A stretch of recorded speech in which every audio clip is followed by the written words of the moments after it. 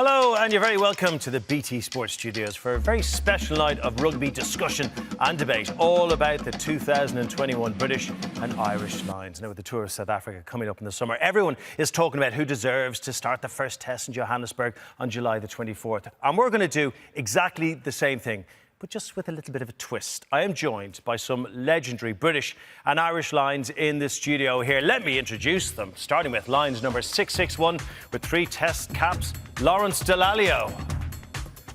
Lions number 724 with 2 test caps, Geordan Murphy. Lions number 731 with 2 test caps, Ben Kay. And Lions number 800 with 5 test caps, former Lions captain Sam Warburton. Gentlemen, how are you doing? Sam, ready for this big challenge?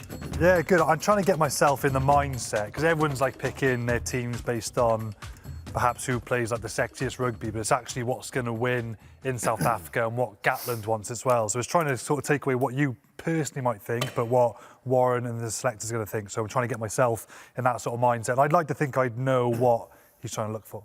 Geordie, are you ready for the guys to start nicking your players and ruining your strategy? Yeah, I think that's going to be the most challenging thing. I think, everyone has a mindset of what team they want to pick, but when the players start disappearing, we're going to have to work on the hoof and try and pick up the best next positions available. Act and react. That's the key, act and react, because these guys will be going head-to-head against each other in a draft challenge where they have to build the best 15 they possibly can from a pool of players available for line selection, give or take a few injuries. Now, we're going to find out just how hard that is in the infamous line selection room, a real taste of what it's like behind the scenes. Of course, like any good competitive fixture, there must be a knowledgeable, impartial, ideally suave man in the middle to make the decisions. We couldn't find one, but Ali Eakin was looking for his Oyster card in the canteen, and he came in to help us out. Thanks for coming in and helping us all out.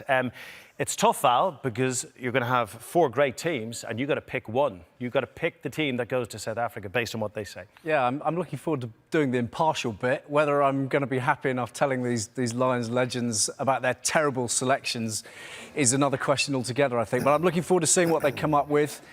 Big prize at stake, obviously, the BT Sport Lions Fantasy Draft Trophy and Little Bill here as well. Big honours there to win, and really looking forward to seeing what these guys come up with. But before we start, I think we should basically take a check on the rules. Here they are. Welcome to the BT Sport Lions Fantasy Draft. 4 selectors will pick in a traditional snake draft format for 15 rounds until we have 4 full 15-a-side squads. The order of the selectors will be determined by answering a quiz question.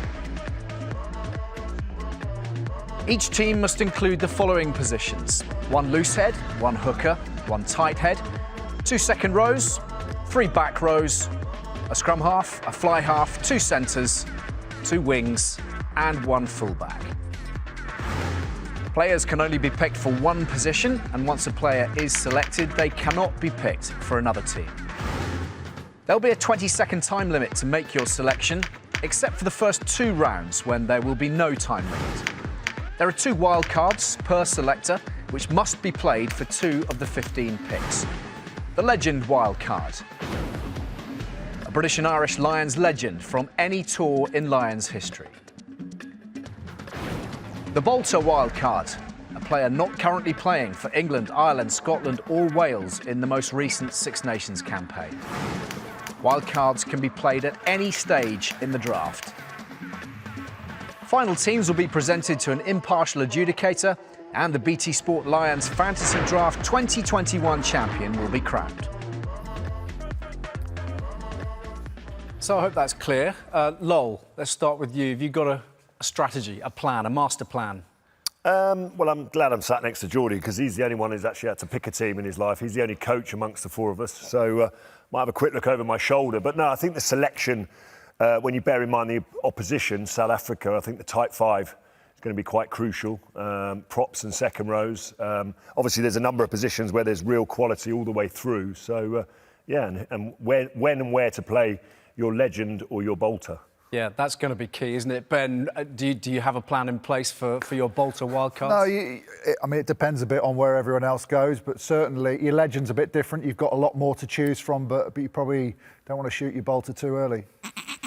Thank you very much. Well, we're looking forward to when exactly that happens. And I think probably we should listen to a man now who knows a little bit about selection. He's a man who's about to go on his 6th Lions tour in all. 2 as a player, 4 as a coach. Here's Neil Jenkins.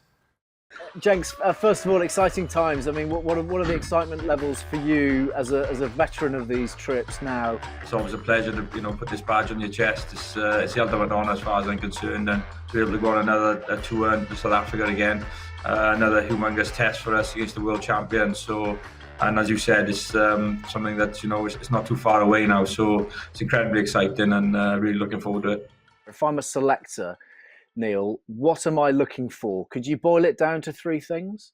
Look, you've got to be willing to meet these guys head on. It's plain and simple. So the physicality presence is going to be one. I think a lot of the guys that are going to go on this tour are going to be experienced test match players more often than not.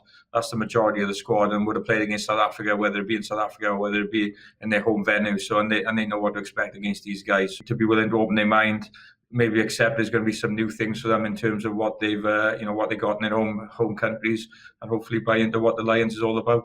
And what about form, Neil? How significant is form in terms of the selection of the players, and particularly, I guess, the form that we've just seen in the Six Nations? There's no doubt form plays a part. There's common sense. I think that guys who've played well in the Six Nations just gone, it does play a huge part. There's no doubt in that, and form for their region or their club or whoever it may be. That's certainly important. And but there's some players as well that have been there, done it. They might not. Some of them maybe have had the best Six Nations, but the experience speaks for itself. Fantastic, Jenks. Thanks so much for your time. Appreciate it. Right, that's the end of the talking. Let's get into the action. Let's get into this draft by deciding the order in which our selectors will choose their team. Now, all our selectors have a piece of card and a pen. And on my call, they will show me the answers to the following question. Willie John McBride has the highest number of Lions Test caps. How many caps did he win? The great Willie John McBride, 20 seconds starting now. What a legend he was, Al. Yeah, decent. Willie John, decent. Interviewed him there a year or 2 ago. Looks like he'd still knock down a wall for you. Big old dude. Lovely man. 8 seconds. Willie John McBride, how many Lions caps did he win? And the clock is at 0. Lawrence, your answer, please. 15 says Lawrence. Geordie. 11 says Geordie. 16 says Ben. And 12 says Sam. Well, the closest is Ben with 16, 17 test caps. So Ben, you'll be first up, then Lawrence, then Sam, and then Geordie. That is the order. Okay, let's get the show on the road. Remember, there's no time limit on the first 2 rounds of our draft, and our first selector is Ben.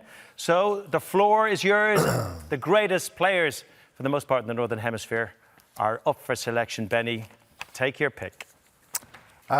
Well, we saw what happened to England in the final of the Rugby World Cup. I think to beat South Africa, you're going to have a pretty decent set piece, and they're going to attack at the scrum. So I'm going to go with my tight head prop first. I know it's not the most exciting, but this guy, the way he plays, is very exciting. A lot of defenders beaten, and I am going to go for Tig Furlong. Tig Furlong, yeah, good choice. Interesting you go tight head first of all, though, Benny. A lot of people would think you go your 9 or your 10 first or your 8. Yeah, I just think it's a key position. He adds a lot around the field, but that scrum's going to be all important. So definitely wanted to get a tight head in there early.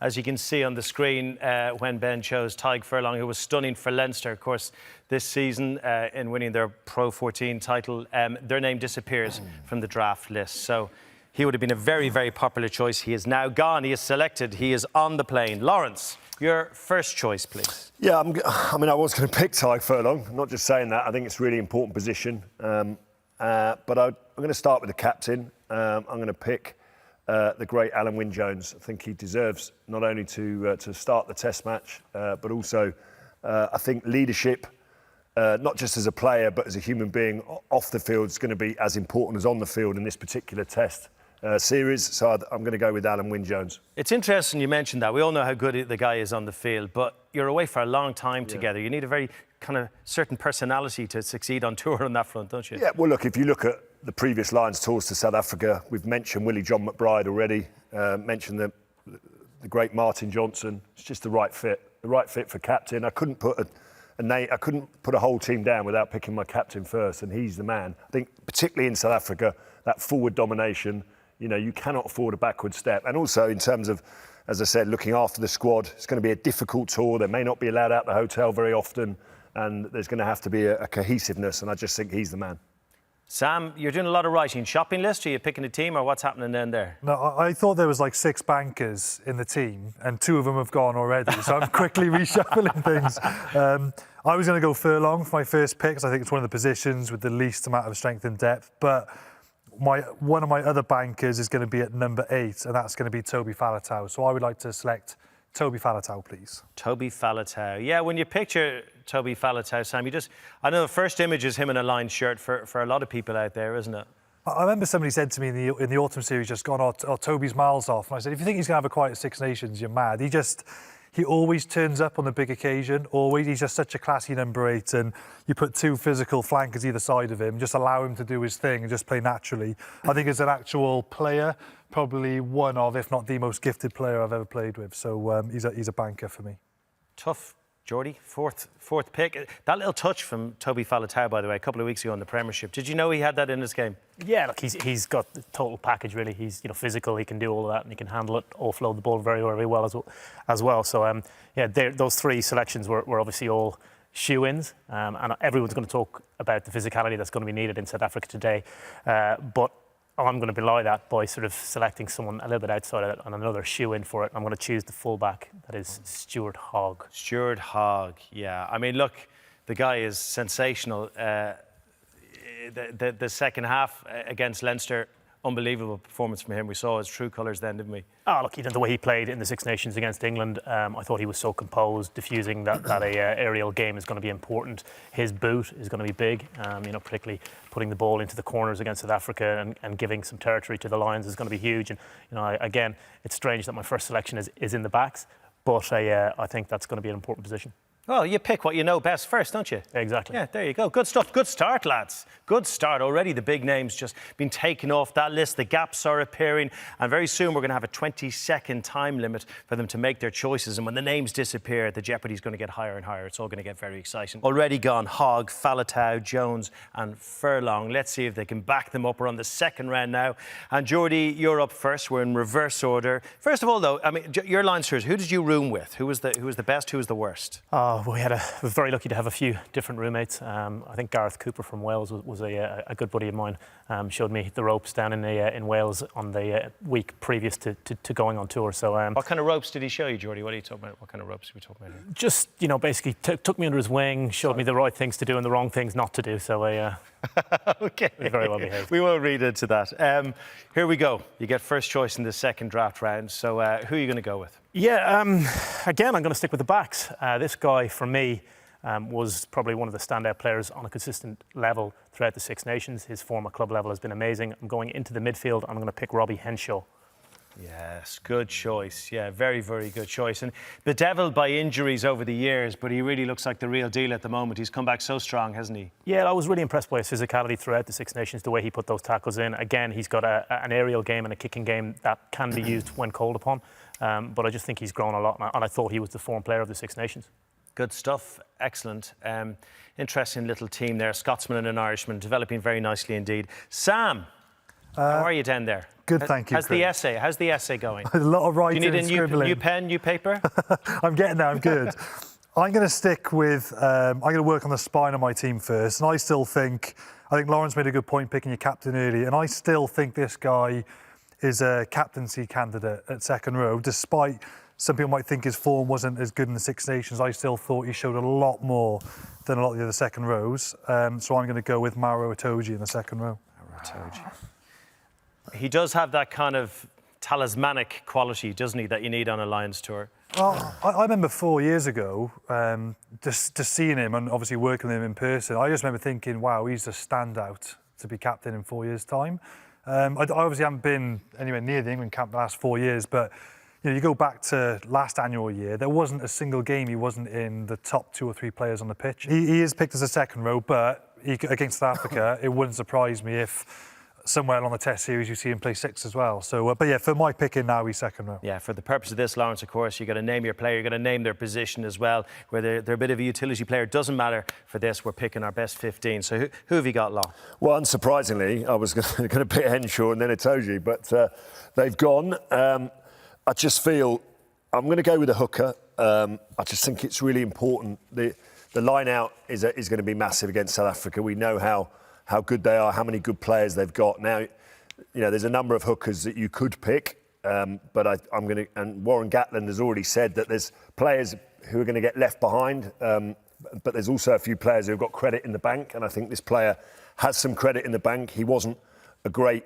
starter in the Six Nations for England, but Jamie George, I think he's going to be really, really important, not just off the field, but on the field as well. So I'm going to pick him as my hooker. I can see a little glint in Sam's eye going, he hasn't gone for Ken Owens. He's still there, he's still in the mix. Benny.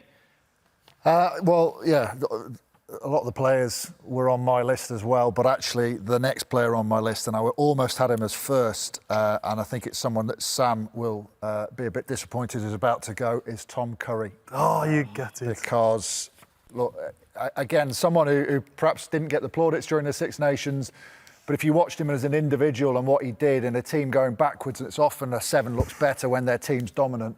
He never gets anything wrong. I've watched him a lot with Sale as well, and both sides of the ball. He's a devil over the ball, and winning ball back from South Africa will be key. But equally, he's a good ball carrier himself, and I just think he is absolutely. I'm delighted to have him on my team. I agree with that. I think if you're looking at Six Nations, I thought he was England's best player. And anyone who thinks Tom Curry shouldn't be near a Lions team hasn't got a clue. I think he's phenomenal. So yeah, good choice. Are you playing him at 7? Playing him at 7, yeah. Going to say, wow. Good stuff. Who's he on your list, Law? Yeah, he is. So he's not now, is he? Geordie? Is that one that slipped by for you, Geordie, yeah? Oh, I had someone ahead of him at 7, but I'll keep that to myself. You're playing a sneaky game. I see the glint in you. I recognise that glint. You're up to something there. Remember, gents, this gets a bit more interesting now. Not so much jeopardy now, still some brilliant names up on that board, but this is the first 20-second round. It's a 20-second time limit on your selection here. As I said, when you get into round 10 or 11, it's going to become a bit more important to be more jeopardy, less names and more positions to fill. So it is Ben who goes first back into our order from the first round. So Ben, 20 seconds. Who are you going with? I wasn't expecting this to be 20. I'm going to take all 20. I am going to go... Oh, you're having to think already. Yeah. Is it the position, the player? 3 seconds. Dan Biggar. Dan Biggar at 10. Interesting. And that's actually one of the more controversial, well, not controversial, but is the most debated shirts. I think it always is with the Lions. But Dan Biggar at 10, he's proven it, hasn't he, in the Six Nations and with Northampton Saints that he's well able for it. Lawrence? I'm going to go with another fly half, and he's not got age on his side, but he's got everything else going for him. I'm going to go with Johnny Sexton. Why are you going with Johnny Sexton? Because he's outstandingly good, and I think you need someone who can control the game in that position. Great kicking game. He's world class. I think he caused New Zealand a few problems. So if he can do that to New Zealand, then he's going to cause South Africa a few problems as well. And that lovely bit of edge, Sam, that you need on a tour down in the Lions as well, tour down in South Africa. Right, 20 seconds on the clock, Sam. Your round 3 selection, please. I'm going to go to my backs now for the first time. I'm going to pick a centre, and this guy, given his versatility, playing centre and on the wing, his size, power, physicality, and I think when he gets the ball, he really makes a difference. I'm going to go with George North at 13. Oh, it's gone well for him, hasn't it, moving into centre? Did you always see that quality in him? I think it's almost been forced upon because Jonathan Davis has had a significant injury which has put him out for some time, but having seen him play 13, I think he's just grown into the role massively. And I just think when he gets the ball, he's got a one-on-one. He's just got that ability which most backs don't have, just to beat someone one-on-one, whether it's with footwork or physicality. So for me, I think he's quite an obvious choice, like I say, given his versatility as well. And the fact when you get a little bit older and fatter, it's nice to be able to slot into the pages, isn't it? Handy that. How are you getting on with that front, the older, fatter role there, Geordie, yourself? How are you getting on with that? Enjoying it. Yeah? Enjoying the middle-aged spread, yeah. They're getting quite a lot fatter, funnily enough. But it's all ahead of me. All ahead of you. Your choice, please, Geordie. I'm going to go for a guy who I think is pivotal to the way England play.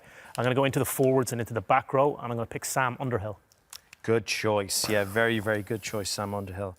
And Geordie, the good news is you've been very quick in your selection. We didn't need the 20 seconds, but you get to go again. So you get to build a little bit now as we hit round 4 of this draft. So, Geordie, we're back in our reverse order. You go first, your round 4 pick, please. I'm going to go to hooker and choose Ken Owens. Ken Owens. Sorry, Warby. Yeah, he was definitely on Warby's list, I'd say. What is it about Ken you like, Geordie? I just think he's been around the block. He knows how to get it done. Obviously, he's used to playing with Wales and that Warren Gatland style of play. I think he's a little bit underrated. I suppose some question marks on occasion over his throwing, but I just think that experience there, and I expect Alan Wynne to be in that line out as well. So that would be a nice combination. He's gone, Sam. Yeah. He's gone. That's speeded up my process of picking a hooker, so I'm going to get a hooker in quick. I actually think the hookers are all pretty level playing field, actually. I'd be happy with any of the 3, including the one I'm going to mention. So Cowan-Dickie, Luke Cowan-Dickie, I still think he's I would have thought prior to those 2 selections, he's a realistic shot to start a test match as well. Whenever he's flexed, he's brilliant. Great line-up percentage, ability at turning ball over on the floor, and he's extremely physical athlete, which I know Warren Gatland will like as well, good in the loose. So I'm going to go Luke Cowan-Dickie at hooker. Having had the pleasure of interviewing him a few times, I think he's going to be good on a night out too, Lol. Don't you think?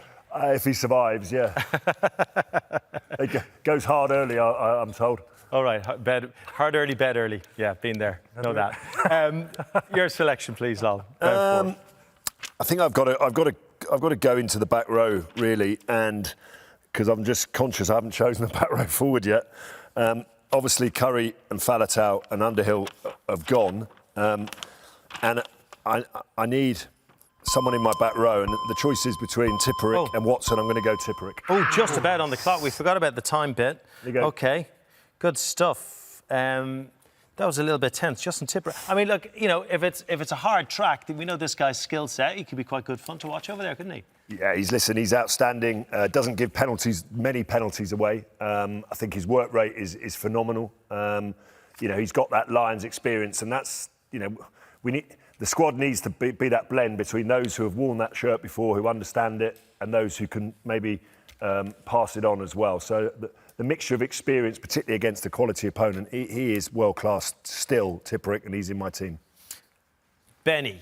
I have to really rearrange everything, but no hookers, so I can park that for a bit now. So I'm going to make sure that other plans aren't scuppered, because there aren't that many bolters, and I'm going to play my bolter wild card.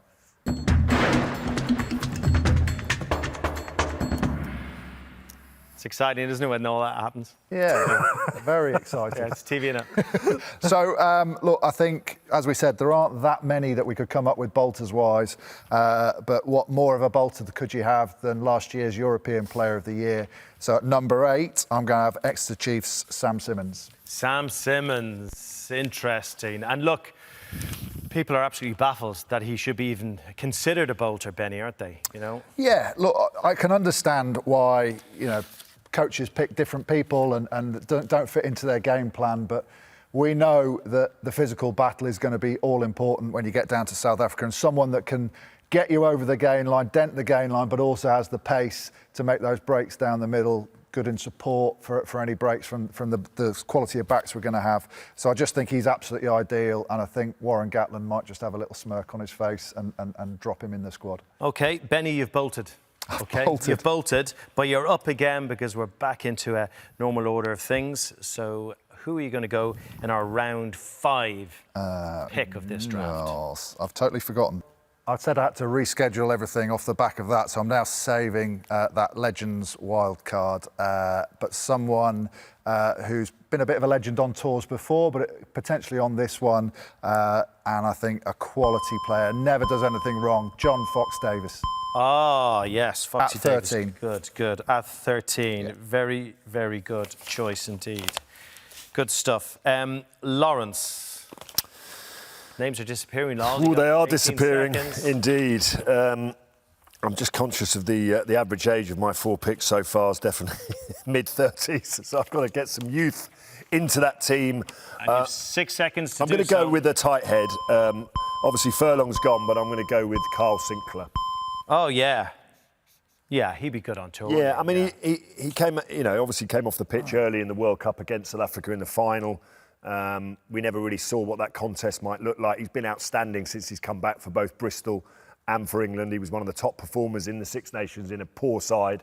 I think it's just such a key position against the box. And number 1 would have been Furlong, but number 2 is definitely Carl Sinclair. And he's matured a bit and he's learned how to control himself a little bit and deal with the referee a little bit better, hasn't he? So, but still a bit of edge, which can lead against the Springboks. Good stuff. Sam, you're up. I'm going to go... I haven't picked a flanker yet, ironically, so I'm going to go at flanker. I said going into this tour, I think he's probably the best player who hasn't played for the Lions. Number 7, Hamish Watson. Hamish Watson, yeah. I mean, he had a brilliant Six Nations, didn't he, though? He was brilliant, wasn't he? Oh, he's stunning. I think he is a definite realistic test starter. I think it's going to look like playing 2 runaways, this campaign, whether it's him and Curry, himself, Tippett, Navidi, but they're all going to be involved. But I think, Watson is... his displays for Scotland were really impressive, so I'm glad to have him in my team. And this leads really nicely on to Geordie, because there was a time in your playing career where you had hair much like his. Do you remember your mullet days? I don't really remember it, to be quite honest. I think it was just a perm. That was big back in the day. It was a perm, yeah. Was it a natural perm or did you? Just a full natural perm. Yeah, okay. It wasn't actually treated in any way. And how lucky were you? Drico's hair was so bad. Brian O'Driscoll's hair was so bad. It took attention away from it, didn't it? I feel that's why he's a great captain. He did things just to take the heat off the team, and although he had a terrible perm, his blonde ponytail with a white goatee was particularly awful. So he took the heat off a lot of us. Yeah, we need to get him growing that again. Right, your pick. For round 5, Geordie, who are you going for? I am going to go. Watson was on my list to choose, but Sam's done me in the eye there. I'm going to go to 10. I'm going to choose Finn Russell. You going for Finn Russell? Finn Russell at 10. Yeah, I mean, look, we love his good stuff. Sometimes we go, oh, is it a bit risky? How about playing a guy like that in a test game in South Africa? Yeah, look, he has critics, but I just think his form has been very good. I think when he's on form, the teams he's controlling and running around the field, they play some great rugby, and it's certainly exciting. And I think that's what the Lions is all about. I know it's going to be a physical battle, but on occasions people want to see those tries and want to see what he's got up his sleeve. So I'm excited to see him play. And definitely good fun on a night out. And definitely good fun. There's a huge element of that in every selection. You bet there is. You bet there is. Right there, we are 1/3 of the way through the draft. Selection appears to be all cool and calm at this stage. It could all change with the opinion of one man. Ali Eakin's been casting his learned eye across all things. Big names gone off the board. Nice teams building and developing. What do you take of it all so far? Yeah, I mean, I suppose we have to look at it objectively and recognise that probably the best players have gone off the table at this point. Early picks mean the top picks. These are the top 20. So, Lol's team, yeah, I like the look of this. I guess the one question I'd have for you, Lol, a lot of talk about Johnny Sexton's age and potentially a degree of fragility. Is that bothering you with such a physical tour ahead? Well, I think that the number 10 is targeted in any team on any tour. I think if you pick any of those 10s and they're all world class, they're all going to come under a lot of pressure. He's actually proven a lot of people wrong this season. He's driving his provincial side.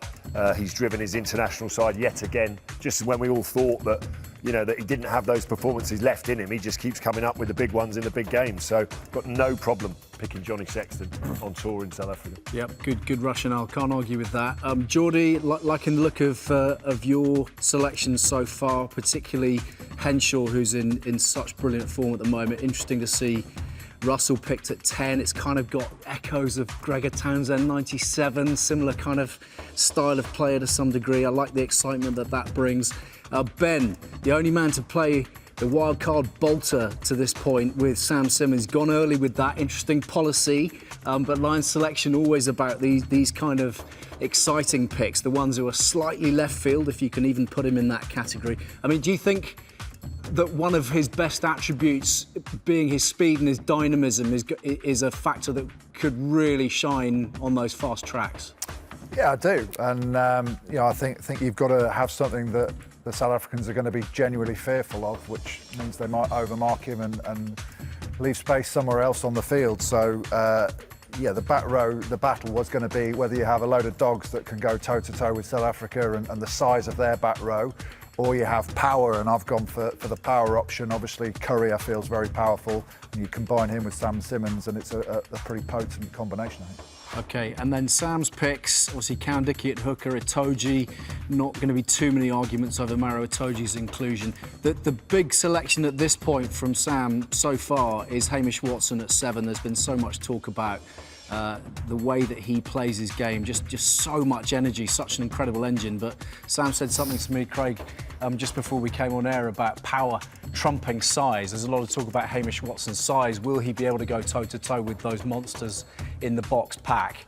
But the power is all important, and if Sam reckons he's got enough power, that's probably good enough for most of us. Yeah, it is. But Sam did speak about putting a spine of a team together. And Sam, I can't help but notice after 5 rounds, you haven't gone for any half-backs yet. So I'm just wondering what your strategy might be over the next few rounds. Not a pick just yet, just your general thoughts on what's left out there. No, my half-backs, I'm hoping, are going to be my wild cards. So I'm tactically choosing when I'm going to pick them. But I'll have to leave that till later on. Geordie, big stock of Irish players up there still to be picked from. You know them well?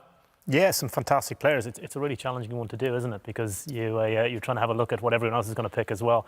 But yeah, some quality players still in the mix. Geordie, it's a quick fire round again. 20 seconds on the clock. The names are disappearing. You're up next. On that, I'm going to choose in the back row. And again, from Ireland, who again I thought had a great tournament and who is going to be finishing up in South Africa, CJ Stander. CJ, yeah. I mean, he's going to know the territory well, isn't he? You know, he's going to be quite comfortable over there, isn't he? I guess. Yeah, I guess. I think emotionally for him to be finishing up and to play on his home soil as such. I know he's an adopted Irishman, but to be going back into South Africa to play there, I'm sure it'll be an emotional one for him, and I think that he will play brilliantly against South Africa. Okay, you got CJ. Sam. I've gone with a theme of power. I think I've got 5 really good power athletes, obviously all extremely talented, and I'm going to stick with the theme of power. And another player on the wing who I think is a definite starter, and that's going to be Anthony Watson. Anthony Watson, yeah, and it's interesting, his form from Bath has been really good over the past few weeks, hasn't it? He's looking really exciting again. I think he's been one of England's best players for a long time now, and his footwork before contact's amazing. He just has this unbelievable knack to always beat the first defender, and given that he's got genuine pace, good under the high ball, big guy. He's great. I'm going to play him at wing, that is, sorry, yeah. Oh, you're going to play him at wing? A wing, yeah, on the wing. Okay, interesting. All right, okay. Don't forget, you choose your player, you also got to choose their position, and then they are gone. Can't get them again. So, Lawrence, up you go. Where are you at? Yeah, I'm moving into the back line, and Sam talks about genuine pace. And the next choice for me is also on the wing. This kid's he already is a star, but he could be a superstar after this Lions tour. He scored some amazing tries already. 4 Can't seconds. wait. Lewis Rees-Zammit. Oh, yes, Rees-Zammit, yes. He looked so confident as well, Lawrence, didn't he? He was taking on little chips and chases that you wouldn't expect a kid of his age to take on during the Six Nations. No, he seems very comfortable at international level already. He scored some absolute sizzling tries. They've got X Factor in that position, and I think we have to match it with X Factor with the Lions. And I'm really looking forward to seeing this guy, particularly on those hard grounds in South Africa, because I think anything is possible with him. Benny, could he be the first ever player to make a Lions tour before he starts shaving?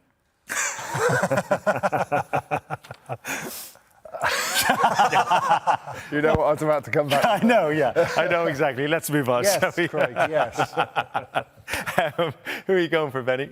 Well, Anthony Watson was probably going to be next on my list, but I am going to stay in a position that he plays, and someone that did very well on the last Lions tour. I'm going to have at full-back Liam Williams. Liam Williams, yeah. Full Law, was he on your list there, Law? A bit side from you? I think he's on everyone's list, really. I mean, one, because he can play across the back three. You've only got to remember, the vivid images of that wonderful Sean O'Brien try. I mean, who started it was Liam Williams, and he's in great form as well. So, yeah, he'd be on the list. OK, Sam, a lot of your Welsh friends disappearing. Look at that. I mean, they've been the most heavily plundered team, Wales, at the moment on the board, haven't they? Well, I guess it's a compliment from a Welsh perspective that, you know, I've got 2 Englishmen and an Irishman who've gone to the Welsh squad. And I think the players they've picked, they have all got serious Lions test credentials. So I think they're all good choices. OK, we're on round 7. Ben, you get to pick here. And, yeah, it's getting a little bit tougher, isn't it? It is, yeah. You've got 18 seconds. Yeah, I was going to go somewhere else, but I think just with something that Sam said about keeping the bankers, we know that the halfbacks is a difficult area. So I'm going to pair Dan Biggar at fly half with my scrum half of Conor Murray. Oh, that's a nice combo. Yeah, very nice indeed, yeah. And Conor Murray just kind of getting himself back into form again. He's going to be Dan Biggar's partner, of course, in Ben's halfback partnership. So Biggar and Murray looks pretty good. He has improved recently, hasn't he, Benny? He seems to have found his form again. Yeah, absolutely. You asked me 6 months ago, I probably wouldn't have had him in there. But I think, particularly for South Africa as well, the way you want to play against South Africa, I think the way Lions played, box kicking is going to be really important in terms of breaking the pitch up and changing the structure of the defence so that some of the sparkling backs we've got can go at them. Lawrence, the last time I've seen you pour over a sheet this much was in a wine bar pre-COVID. Go for the Montrachet, always the Montrachet. Yeah, no, I don't have to. I don't have to worry that much. I don't even have to look at that one. But I'm under pressure really, and I know I'm picking an Englishman, and it might be a slightly unpopular pick based on form, but Owen Farrell is going to go on this Lions tour. It's just a question of where he plays, and I don't think he should be playing at fly half. I don't think we're blessed, other than Henshaw, who's in outstanding form, with a lot of options, and I'm going to pick Owen Farrell at 12. Owen Farrell at 12. So he travels for you over as a centre. Yeah, interesting. Sam, Owen Farrell's gone. Yeah, no, more scribbles from me. More scribbles. I had him in my long-term strategy to go at 12 as well, but never mind. How many times have you ripped up your strategy at this stage? 16. 16. OK, you have 10 seconds. Oh, crikey, I'm going. Yeah, I know. I'm gonna complete my boiler house, and I'm going to go with James Ryan. James Ryan, interesting. Yeah, I mean, that's always been the dream combo. I think for a long time back, people always felt that Itoje and Ryan were the dream second-row combo for a Lions tour. Yeah, I think going back 12 months ago, that was probably the obvious choice. 2 young guys. Adam Wynne-Jones obviously played himself into the frame, but you've got 2 young, athletic, hungry, competitive guys there. So they're going to be right up there come test time. Geordie, I'm looking at some of the Irish players up there, the likes of an Andrew Porter who can play both sides of the scrum. Gary Ringrose, absolutely brilliant. You know, Tyke Byrne, who's just kind of shaken up the rugby world this season. Jordan Larmour, so exciting. There's so many brilliant players on that list, but still all available to you. I'm not suggesting you should go for another Ireland player. I'm just looking at the list saying, wow. You've actually been reading my notes because you've gone for my first 2 on the double pick, to be quite honest with you. I figured I need to get into the forwards, and that tight end position is obviously pivotal against South Africa. And Andrew Porter was someone who came off the bench a lot. I think he's an unbelievable player to have on tour with his strength and scrummaging ability. So he's my tight head. He's your tight head, Andrew Porter. Brilliant. OK, let's have a look who's left. Look, still some brilliant players up on that board. Quite a lot of England players. I guess maybe that reflects how the Six Nations went for them. They haven't been talked about as much as some of the Welsh players have, and a lot of the Scottish players as well. They're going to be well represented on this tour. So it's very interesting, and still a lot of picking to go. We're almost halfway through, but now it's crunch time. The bulk of the decisions will be made right now. So here's a little reminder of who has been drafted, and more importantly, who is left.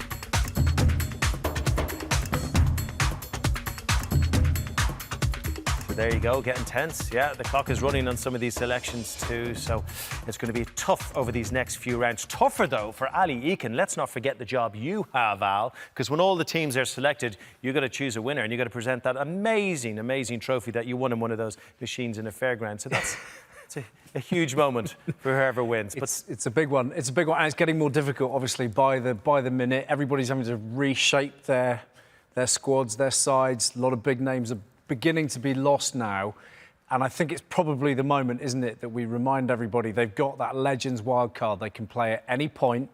It can be a Lions legend from whichever era, whichever decade they please, and That's a powerful thing, particularly for my money in a couple of crucial positions. And there'll be positions that those guys figured they had down, and now suddenly they're not, that they might be considering some big names from yesteryear. Yeah, absolutely. Don't forget they also have their bolter wild card as well. So there are players who didn't play in the Six Nations. That's why most of them are up on that board. They can still pick one of those each. Right, OK, we're into round 8. Geordie, you've had a little time to contemplate. I think you've got a plan. I'm seeing a sneakiness about you. I had a plan, but like anything, it went out the window as soon as everyone started stealing all the players. It's a difficult one, and I think what Ali was talking about there was I had my legend wild card was planning to be in the outside backs, but unfortunately I've had to change that now because I've missed out on some big forwards, so I'm going to have to add some steel up there. But before I go there, as I know I have that to come, I'm going to choose at 13. Gary Ringrose. Gary Ringrose, good choice. You didn't even need your 20 seconds. So did you walk into the room today with him on your list? Was that quite a win for you? Just there? I actually had a legend on my list at the outside centre spot. Okay. Who would Who was that? You can choose who that would be yourself, but I had my own Brian O'Driscoll as a 13 potential captain material there. But just in relation to the way things have gone so far, I'm going to choose the next best thing to Brian O'Driscoll as Gary Ringrose. No, a lot of people have said, can I have a close-up on Geordie, please, that you think that Gary Ringrose could be better than Brian O'Driscoll, like ever and stuff.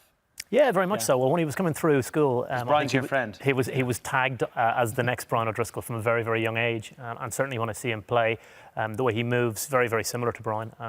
Obviously, they're very, very big boots to fill in that Brian had done it all for a very long period, but I do think that Gary Ringrose is a fantastic player. So are you saying you think Gary's better than your friend and former teammate Brian O'Driscoll? Without a shadow of a doubt. And when you put it like that, yes, he is much better than Brian O'Driscoll. Good stuff. You said it. Thanks for that, Geordie. Sam, you're up next. Yeah, I've got a big gap at 9, 10 and then 12, so I need to fill that in. I'm going to put a bit of faith in this guy at centre. I think he's going to have probably 4 or 5 games to play himself into some form. Sorry, Ben.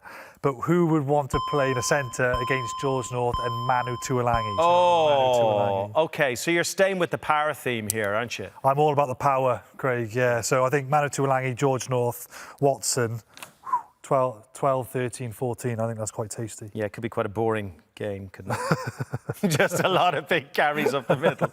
Stuff. No, good. That's what you might need down there. Lawrence, you're up.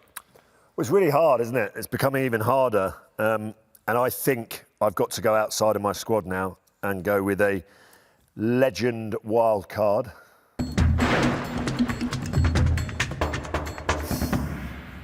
Oh, Lal, this is exciting, isn't it? Yeah. It is exciting. It's a bit fanboy, but it's a fact. This guy is one of the greatest ever rugby players to ever play the game. He happens to sit between you and I in the studio on a regular basis. I need a bit of world-class X-factor in my back line, and it's not Austin Healey, no. It's, of course, the great British and Irish Lion, in fact, Brian O'Driscoll. Oh, you've gone for, in Geordie's view, the second best 13 to ever have played for Ireland. Well, he's definitely right. He's up there. I've gone for, Bod, God, whatever you guys call him. God. Do you know there's a pub in New York, pub in New York, and when you go there, on the receipt it says, "In Bod we trust." Honest fact, yeah. Good stuff. Not that I pay my bills or anything. Well, if you just think about his, him in his pomp, his ability in terms of his try scoring and just his game, everything about it, and obviously another jackler over the ball, perfect. Yeah. And huge moments in important parts of games where he just took on responsibility to finish the job. Yeah, I mean, listen, in Australia, that wonderful try scored from the halfway line, just his ability to produce match-winning moments, which I think this team is absolutely going to need. We all have to pick one legend, and we all have to pick one bolter, and he is my legend. Of course, we're talking him up because of what Geordie said about him earlier. We're just trying to repair things a little bit, Geordie. You understand what we're doing here? Cheers for that, Lol. Yeah, just patching things up. Patch the relationship up for me. Thanks, Lol. All good. He's in. Yeah. Benny, who have you got? Your round 8 pick. Sam's killed me with that. I thought that was the banker for me in the midfield. So, but everyone else's midfield's filled now, so I'm going to go somewhere I haven't got anyone at the moment. That is, I'll go 6 actually, and I'll go for Tadhg Beirne. Tyburn, excellent. Okay, and you're choosing him at 6. I'm choosing him at 6 because I thought other people might have him at second row or 6. So, but look, also you need a good line out against South Africa. You can't just have Sam Simmonds and Tom Curry in there. I think you need a bit of line out prowess, and he obviously offers that as well. But he's been great for the last 18 months, 2 years. Yeah, great to watch as well in the big occasion. Good stuff. OK, we're in round 9. This is a quick fire round. It's getting tougher now. You really only have 20 seconds for your choice. Benny, you're up again. Double bubble for you. See, this is, I think for some people this might be a bit controversial, but I'm lacking a bit of the power that I wanted, so I'm going to go loose head prop and go Ellis Genge. Ellis Genge. Yeah. Why do you say controversial? Well, I just think that people think that he's loose and ill-disciplined, but I think they need, again, to win some of those collisions. He's going to add a bit of spice and G up that forward pack. So and he can scrummage really well also. So, look, him and Furlong, I think, is a good partnership. Also, his Instagram on a Lions tour will be something to behold, won't it? Just a bit. Just a bit. Lawrence, you're up, round 9. 20 seconds, off we go. Yeah, I'm going to go with... I went with Lewis Rees-Zammit on one wing, and again, this might be slightly controversial. I'm going to go with Josh Adams on the other wing as well. I think those guys have just got that ability to score tries, and that's what we're going to need out in South Africa. So Josh Adams is my other winger. Josh Adams, yeah, he's fairly prolific, isn't he? Fair play, good stuff. Sam? I'm going to finish the back 5 of my pack, and I'll be really happy now after this selection. Back row, I'm going to go with Courtney Laws to play 6. Courtney Laws to play 6. His game has changed a bit over the years, hasn't it? He's not just out there cutting guys in half. He's developed it, matured a bit on the field, isn't he? Yeah, I just think I think England have really missed him and Underhill in the Six Nations in the last 6 to 12 months. Like their defence was almost built off the impact those two would have. So I'm looking at like that back 5 now: Mauro, James Ryan, Courtney Laws, Watson, and Faletau. And I think that's a pretty explosive and big back 5 with good line-out ability in there as well. So I think that's I'm happy with that. So yeah, Courtney Laws at 6, I think would be a good shout. OK. Geordie, what are you thinking? Yeah, I've kind of neglected my second row a little bit, and some of the more obvious names have slipped down the pecking order.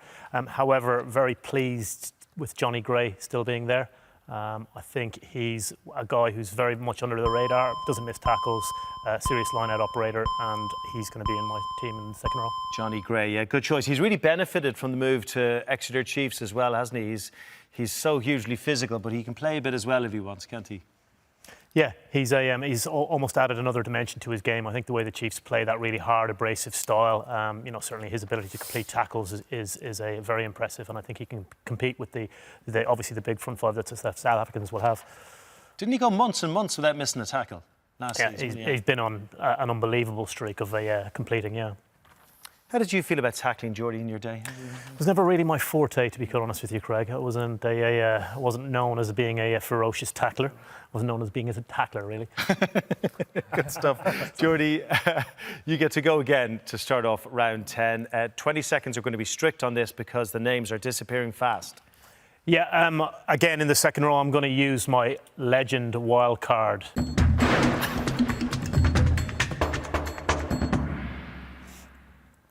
OK. Yeah, second row was obviously a pivotal position. We've talked about the physicality that's needed in South Africa. There's some really great candidates there in the second row. Martin Johnson, Paddy Mayne, who was one of the founders of the SAS, who I thought was particularly a strong candidate. But the most experienced lion of all time, Willie John McBride. I think a character like that in the row against South Africa will be something that would be very beneficial. So I will go for Willie John McBride in the second row. Brilliant, brilliant choice. 17 test caps for that. I mean, how do you get 17 test caps to the line? It's an incredible number, isn't it? Well, you just have to be tough as old boots, don't you? And certainly he is renowned as being one of the toughest lions of all time. So that's why I've chosen him. Have you got your other second row yet? No. Who's have you got? What's your just got Johnny Gray. Johnny Gray. All right, that's quite a combo, isn't it? Yeah, well, look, I think it's a nice combination in that Johnny probably gives you a little bit more aerially. People would say that Willie John at 6'4" may not be tall enough to play in the second row in the current game, but yeah, look, that's probably the balance of it. I think it's a debatable one, but look, experience. You want someone who's tough. You want a leader. They're all the things that Willie John McBride was. Lawrence has just punched his sheet there. What happened there, Lol? No. Nothing too bad. I was just, Just thinking about a player I should have picked, really. But It's getting tense. it's all gone. It's all gone. Sam, how's the strategy down there?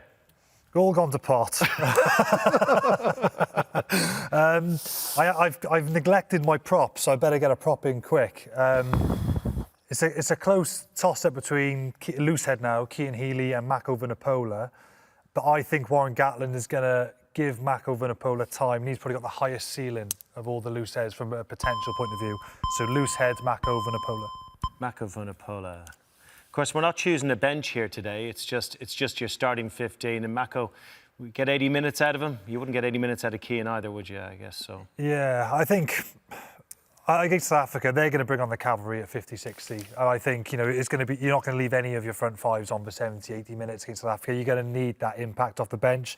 The Lions did that in 17, and that's the thing they've got. You've got 23 world-class players you can pick from. So as long as they're good for 50-60, they'll be good for Gats. Lawrence, just a quick word on the Saracens players making your drafts, because I do feel for them a bit, because they haven't been able to play rugby at the top level in the Gallagher Premiership, and I guess the selectors are going to give it a little bit of leeway there, you think? I wouldn't say too much. I mean, you've got to play well in the Six Nations, and none of them have.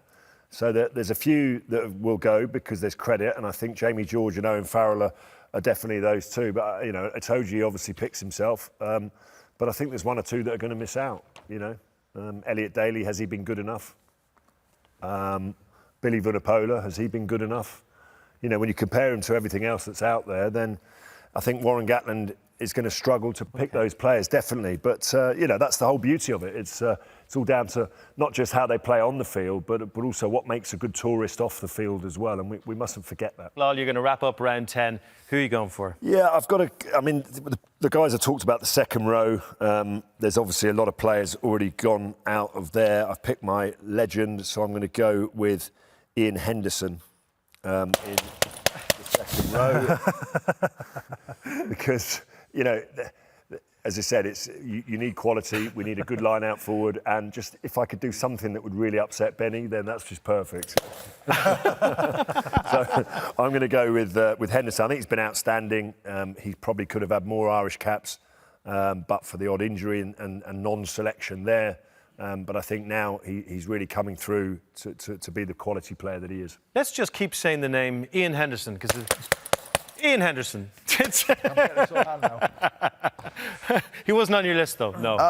No, he wasn't next either. He wasn't next. Obviously the second row is quite important. Just going to make a note of Lawrence in there. Well, actually, everyone else has got their second row now. So I am going to go 6 seconds for Johnny May at wing. I think I could say Johnny May at second row. He's gone mad. Well, everyone else has filled their second row slots, have they? Oh no, Lawrence has still got one. No, he hasn't. No, he hasn't. Yeah. No. OK, Johnny May. Johnny May, fun out in a Lions tour, no doubt about that. We know how electric he can be and how entertaining he can be. Ali, how are you getting on there? I mean, the guys are struggling now. You can see it, because not only are they kind of missing out on players, but they're seeing other selections getting better, and they're looking at their own and reflecting. And there's a bit of self-doubt creeping in. Interesting, isn't it? Yeah, I mean, there's a bit of self-doubt creeping in over here, if I'm brutally honest with you. There's so many good names, and I'm just beginning to start to look at combinations now, which I know is going to be key to selection for Warren Gatland and the rest of his coaching staff. He's always looking at little units that have worked together before really nicely. So, for instance, Lawrence has got his 10-12 situation there with Sexton and Farrell. That was used before in 2017. And I just wonder if you can recreate the magic on two separate Lions tours. Lol, you're obviously confident they can. Yeah, I believe so, especially with O'Driscoll outside them. I genuinely believe that they can play probably even better than they did actually in New Zealand. They came together particularly in that third test, the second and third test. But I do believe that, on those hard grounds. And I think at altitude, a couple of games in Joburg, let's not forget, where kicking game, having left foot, right foot, strong kickers right across your back line is going to be really, really important. You turn the ball over, you're 60 metres down the field. Yep, good point, well made.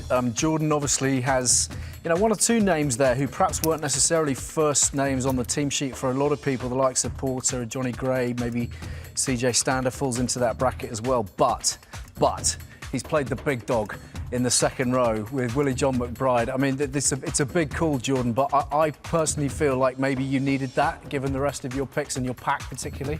Yeah, I think so. I think that was the danger of starting with the back line. I think all the boys chose forwards first, and choosing last was one of those ones I had to go for Stuart Hogg first, but I kind of chasing a little bit, so I've kind of gone about it from back to front as the boys who are all forwards would do, but I think I've balanced it up by getting Willie John back in there. So I'm pretty confident that once this forward pack I've got can get parity, this back line will rip it up. Okay, good stuff. And legends to come, of course, for two of the guys as well, still yet. Ben, interesting picks, and interesting to see that as a former World Cup winning second row, you've yet to pick a second row, which is something that we will. Yeah, I don't know if I mentioned it, but I would have done had someone else not done that. But they've filled their second rows now, so I can sort of leave that alone. No one else, I don't think, is going to take anyone that I want. And it becomes, and the same with hooker. All the hookers have gone, so that was a safe one to leave out. So now I've got a battle to go for someone that can play in the centre that can also play fullback, because these guys have got slots there, or whether I take the wings out of the equations next. Okay. Conundrums to wrestle with. And Sam, I mean, I think that one of the big takeaways from Sam's selection so far in the back division, it's big, really big. Tuolangi and North in the midfield. I don't think we're going to be left guessing as to how that team's going to play, Craig. Yeah, well, he did say he was going to play the power game, didn't he, from the start. Good stuff. I like the way it's landed at your feet a little bit for the second rows, though, Benny. You can relax on that. You can park that. Yeah, all the ones I want out there. Yeah, it's worked perfectly. Just how I had it sorted in my head. Yeah. What a clever guy. Okay. Well, Ben, you get to fix some of that now, because it is round 11. These are quick fire rounds. You really do have 20 seconds on the clock. We're going to ramp through this one. Benny, round 11, up you go. So I am going to go for my wing, and I am going to... No, I'm not. I'm going to change that. I'm going to go for my centre, and I'm going to go for Henry Slade. Henry Slade, yeah, classy centre. Nice choice. OK, Lawrence, round 11 choice, 20 seconds, go. Yeah, I'm going to go into the back row, a player who I think has played really, really well since he's come back from injury. He's Welsh, and his name is Josh Navidi. The minute you said he's Welsh, Sam just marked a name off. It's just gone. Sam, you have got 20 seconds on the clock for your round 11 pick. Who are you going for? Can I play my wild card bolter, please? I think you can, because all that happened. Yeah, thanks, guys. I don't think there's many bolters who are realistic. I think this guy is a genuine, realistic tourist. Given his age, experience, 80-odd caps, and playing really well, at number 9, I'm going to go with Danny Care. Danny Care, interesting. A lot of people talking about Danny Care at the moment. I mean, Harlequins have been sensational, Sam. He's been sensational. A change in management there. They seem to have freed up a lot. What do you think the secret to his... I guess like he's a rebirth in the rugby game, really. Whenever I played against England, when we were doing a defensive review, one of the top 3 priorities every game was always Danny Care. I just think the speed he brings to the game now, the kicking side and the tactical side, and the experience he can bring. And I also think he's desperate to go on the line, so I think he'd be a great tourist as well, so Danny Care. Good stuff. Geordie, you get double bubble here. You get to finish round 11 and start round 12. So 20 seconds in round 11. Yeah, thank you for that. I'm going to finish my pack off at 7, and there's a lot of great 7s been selected, but I think this guy, I'm surprised he hasn't come up in anyone's mentioning so far. He can play 6, 7, 8. Peter O'Mahony, he's my 7. Yeah, very good. Yeah, we kind of forgot he was up on the board, actually. Very, very good choice. You get to go round 12 as well now, Geordie. You get a lot of good work done here over these few seconds. I'm a bit concerned with my bolter, so I'd like to play my bolter wildcard now, please.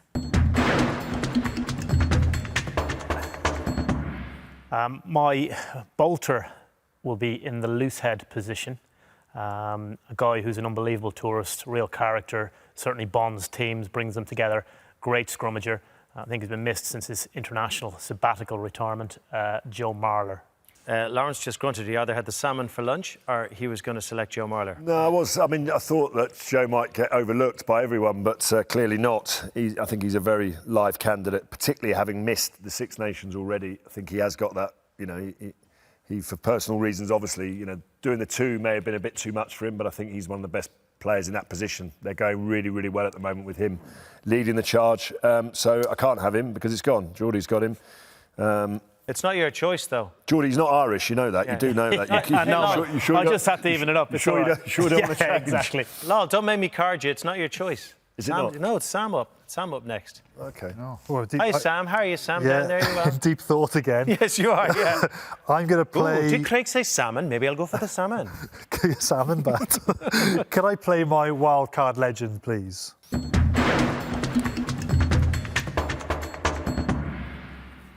So I'm going to go at number 10. I think this guy from kicking percentages, defensive ability, attacking ability, leadership, organisation, one of the all-time greats at fly half. I'm going to go with Johnny Wilkinson. Johnny Wilkinson. Yeah, I'm surprised no one else had him in there. Well, I think all the 10s got taken up. I thought that I had an idea that everybody was going to try and fill up Sexton, Russell, Bigger and Farrell pretty quick, so I had him in the back of my mind. But yeah, Wilkinson, a player who I just think would have steered the ship brilliantly. So yeah, he's. I'm glad I got him in as a pick. I was hoping to pick him as my legend from the start, to be honest. Lol, who have you got? I'm going to go a bit left field. He's a player that hasn't played much international rugby, but I think from the minute he's played, I think he's looked very, very comfortable playing in the back three. He's also very versatile. He's English, and his name is Max Malins, and he's going to be my fullback. Max Malins, good choice. Really exciting player as well, Good stuff. Benny, you're finishing up round 12 for us here. OK, I'm going to go into the wing, and I'm going to have a guy that's had a few problems with injuries, but I think he's the perfect player for a Lions trip. Very versatile, works hard, gets off his wing, and that is Jack Noel. Round 13, Benny. You get to lead the charge here. Yeah, I'm going to go to second row, and I'm going to take Joe Launchbury. Fantastic player that always consistent in his performance, gives so much around the field, not only sort of line out and he's one of the most destructive maulers, but also his ability to steal ball from the South Africans on the floor as well. And he may well have been on Lawrence's list at some stage, I reckon. I know, Lawrence, you're a big fan. You're up again here. Yeah, but I started my picks with a Wyn Jones, and I'm going to go with another Wyn Jones, really, or another Jones, that's for sure, in the front row. I think he's had an outstanding tournament for Wales, and he's going to complete my front row selection. OK, front row done. Bit of relief when you get the old front row done. Yeah? Happy with that, Lal? Yeah, very. Yeah, good man. Sam. I'm certainly wondering whether along the continuum of power I'm going too much power, particularly with my next selection as well. I'm going to go on the wing. I watch a lot of Pro 14, and he's been superb in the Pro 14, great for Scotland. So going on the theme of power, wing, Duan van der Merwe. Oh, yes. Everywhere. Yeah, good choice, good choice. Geordie. I can't believe this guy's still there. We've kind of all talked around it, but England's most capped number 9, Ben Youngs. Ben Youngs, yeah, interesting. Partnering with Finn Russell, Danny I think it's a nice little partnership. That get him some front football, get him on the move, and if he wants to let the 10 create, he can let the 10 create. And a guy you've coached, of course, Geordie, at Leicester. What kind of players do you like to have around the place? Oh, look, I think for multiple reasons he's a great choice. For the emotional vote, obviously he chose not to travel on the last tour because of his brother's wife's illness.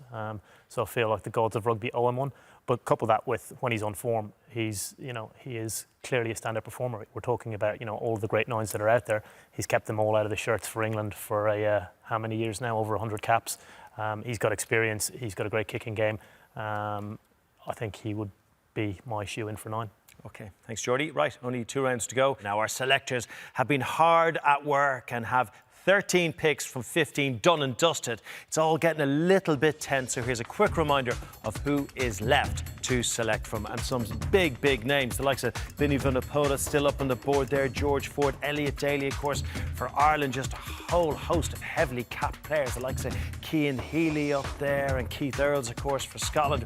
Well, who knows, they might be tapping into some of the hookers available there. And the likes of Callum Sheedy, a lot of people saying maybe he might be a bit of a bolter. He's been so good for the Bristol Bears and Wales over the Six Nations campaign. The likes of Francis still up there as well. So still real quality up on the board to choose from. But it is getting tense. And don't forget, as we hit round 14, the guys only have certain slots to fill on their team sheets. You've got to make 15 selections. There is 20 seconds on the clock, 2 rounds left to fill your team, Geordie, and you are up first in this penultimate round. Who are you going for?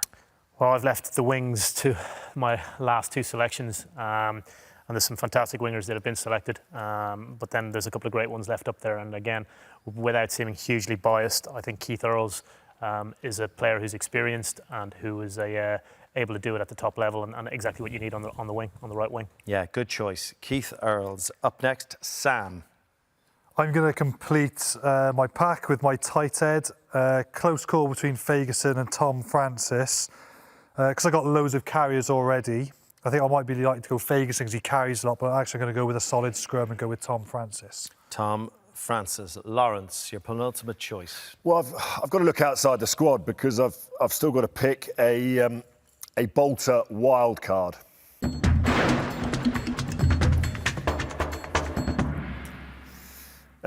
And it's going to be in the scrum half position. Obviously, there's a lot of great scrum halves already been picked, but I do like formations. I've picked Johnny Sexton at 10, so who better to accompany him than the guy he plays with it week in, week out, Luke McGrath from Leinster.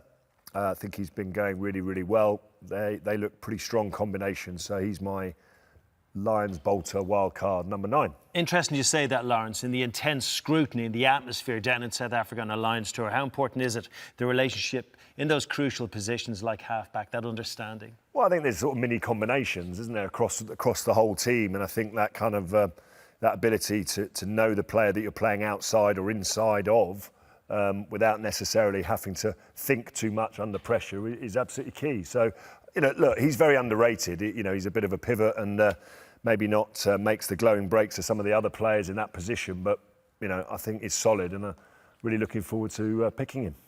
And on the subject of thinking under pressure, Benny, how's it going down there? Yeah, we're all right now. We haven't got much choice left, so I'm going to go into my second row, and it's all about balance of partnership for me.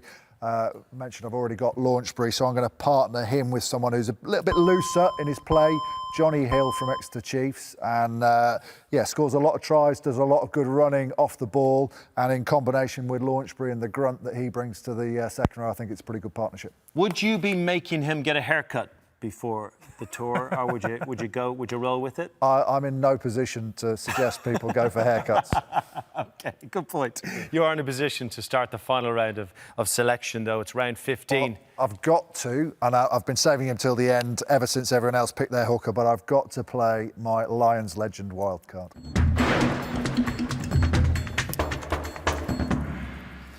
I've mentioned throughout this about the importance of having someone that can scare the South Africans. So I've gone for someone from a scary movie. I've gone for Uncle Fester and Keith Wood at hooker.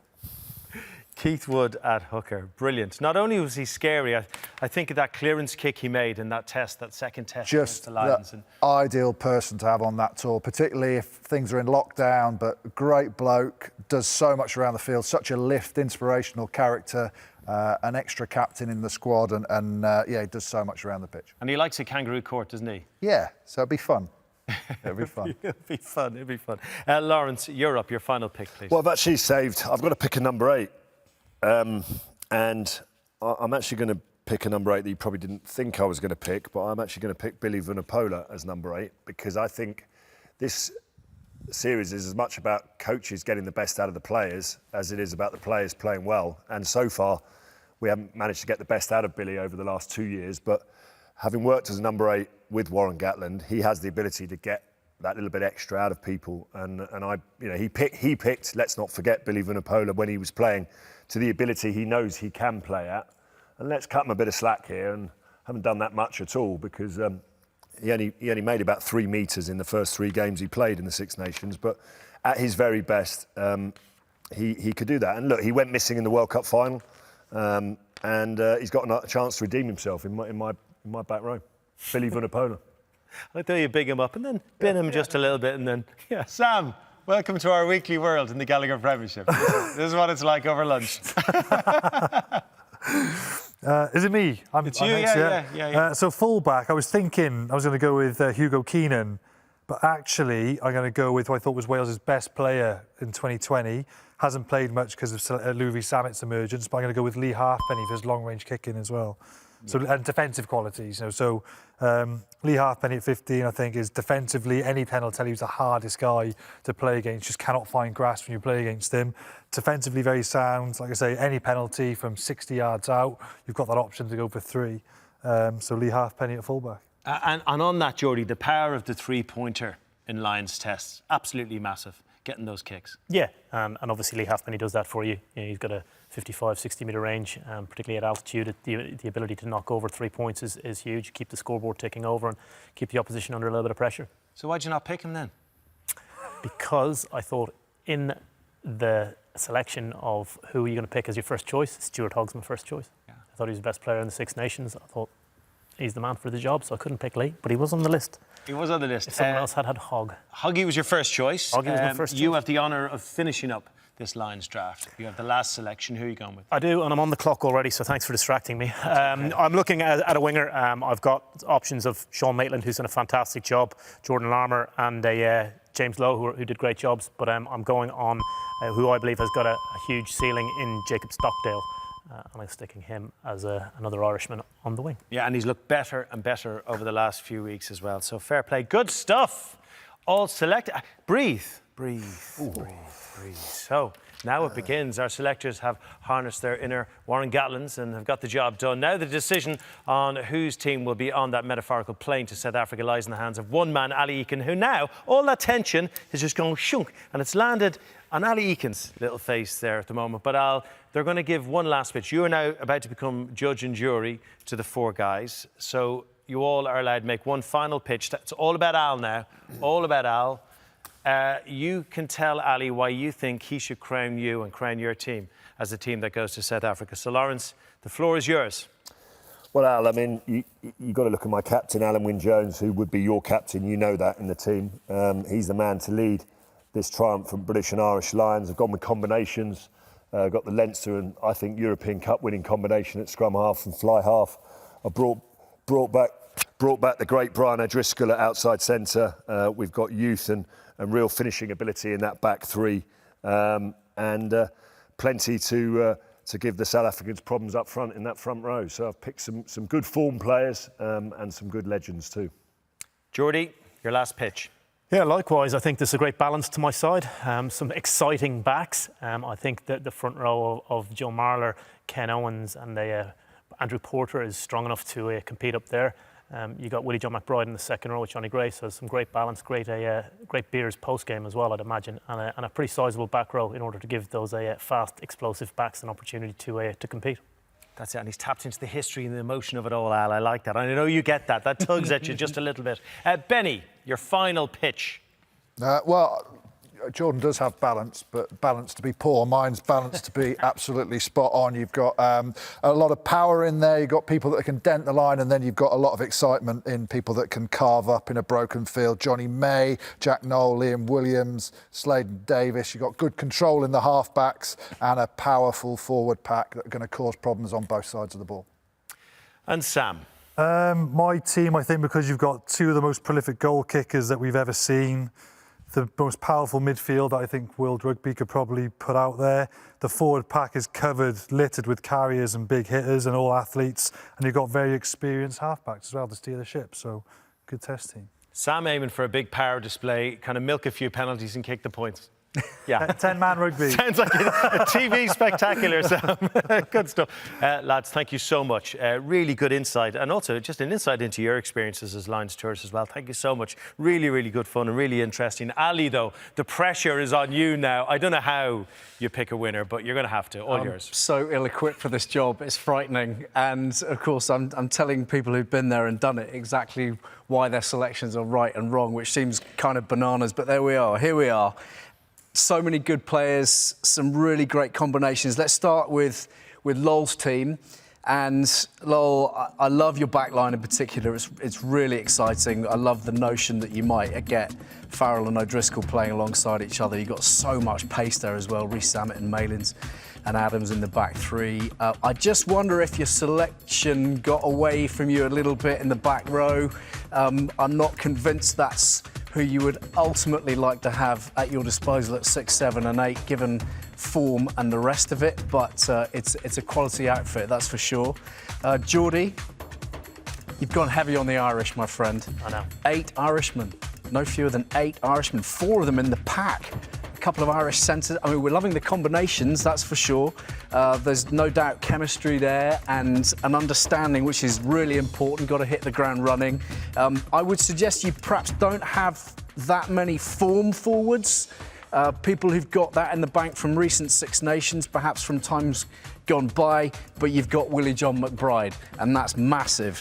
You know, the greatest line of them all, arguably. And you've got Finn Russell at 10, which I'm thrilled about because the possibilities there are kind of endless. Ben, I like the fact that you've been bold enough to go with Sam Simmonds at 8. I think he could be really destructive on this trip. Again, I love your legends. You've gone for Keith Wood. Many would call him one of the ultimate Lions as well. Murray and Bigger at 10. I mean, it's got great possibilities. I just would be a little bit anxious about Conor Murray's form. He's been pushed quite hard by a number of different players in that position over the last season or two. Some great three-quarters, though. My goodness, if you can release May, Slade, Davis, Noel, Liam Williams, you're going to be in the money, aren't you? So another great back division there. Sam, this is unquestionably the most power-packed of them all. We know that the Boks are going to come hard at the Lions, so the physicality is pretty much everything, and you've definitely got that, you know, up front and behind the scrum. Danny Kerr, I mean, I think he's going to be one of the hungriest players on this trip if he makes it. He's desperate to get on that plane. I think he could offer something really special. You know, you've got Johnny Wilkinson at 10 and Lee Halfpenny at 15. You're not missing any goal kicks. And Tuolangi North up the middle, thanks for coming. It's going to be really interesting, isn't it? But yeah, some great selections and some fantastic combinations to challenge South Africa. Sounds like you've talked yourself into a wee hole there, because it's terribly, terribly hard, isn't it? I mean, each one has brilliant, brilliant merits. Yep. Ali, it's down to you to choose the winner. So, Mr. Ali Eakin, as we stand here in front of this panel of legends of the Lions world, who are you selecting as the team that goes on this metaphorical You know what play? I'm actually thinking about first and foremost, all the abuse that's going to come my way subsequent to this decision. So with Fire that, exit is that way. With that proviso, I've gone for a team that can match the Springboks in pretty much every facet. Everybody always talks about the physical nature of that tour. This is a side that can handle all of that, both in the set piece, in the scrum, the line out. I think defensively it will be very solid in the back division. You've got dynamism in here. You've got balance to the back row in particular. And you've got 2 of the greatest goal kickers of all time. The BT Sport Lions Fantasy Draft champion is Sam Warburton. Hey, Sam. Don't forget, you also win Little Bill. Thanks, Ali. Appreciate that, mate. Sam, well done. Due to COVID, we can't present you with the trophy, but I'll make sure it gets sent straight to that box in the attic for you. How do you feel about that, Sam? Because stiff competition against these guys? Yeah, I don't get me wrong. Obviously, that wouldn't be my first 15. I do think there would be a little bit of creativity I'd like to sort of add in there. I think Farrell at 12 is a really good shout still. I think he would be nice to have a second playmaker. I've obviously got one playmaker in that back line, so another playmaker would be ideal. But yeah, I think the power side of the game, I think whenever Gatland's been forced his hand, he's always gone to that power game as well. So I've tried to pick something most closely with what I had to sort of what Warren Gatland would have at his disposal, I think. He could have just said thanks, Geordie, couldn't he? He could have, you know what I mean? He's just talked himself out of it. He just said his team wasn't the team that he would have liked to pick. He comes across as this completely unarrogant person and stuff, but he's just told us that it wasn't even his best team that beat us.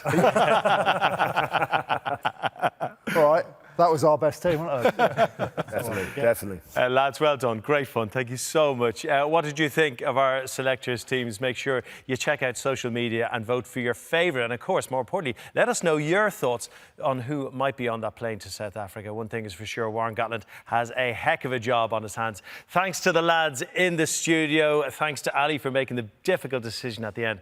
And thanks to all of you for watching. And we'll see you very soon indeed. Take care. Bye-bye.